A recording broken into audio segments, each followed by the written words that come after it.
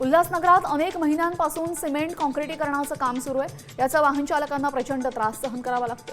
दरम्यान लवकरात लवकर खड्डे बुजवा अन्यथा आंदोलन करायचा इशारा मनसे कार्यकर्त्यांकडून देण्यात आलेला आहे।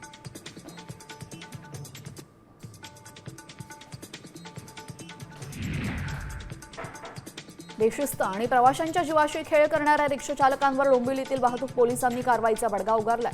रिक्षा चालकांकडे गणवेश परवाना आणि रिक्षामध्ये नियमापेक्षा जास्त सीट बसवले जात आहेत। अशा 6000 रिक्षा चालकांवर दंडात्मक कारवाई करण्यात आली आहे। बदलापूर पूर्वमध्ये रेल्वे स्टेशन हद्दीतल्या रस्त्यावर प्रचंड खड्डे पडले असून या ठिकाणी पाणी साचलेले, त्यामुळे प्रवाशांना तारेवरची कसरत करावी लागते। दरम्यान रेल्वे प्रशासनाने लवकरात लवकर रस्त्यावरील खड्डे बुजवावेत अशी मागणी प्रवाशांनी केलेली आहे। साम टीव्हीच्या बातमीनंतर अखेर सार्वजनिक बांधकाम विभागाला जाग आलेली आहे। वांगणी बदलापूर मुख्य हायवेवर गणेश घाटाजवळच्या पुलावर लोखंडी रेलिंग लावण्यात आले। या ठिकाणी रेलिंग नसल्यामुळे मोठ्या अपघाताची भीती व्यक्त होतीये।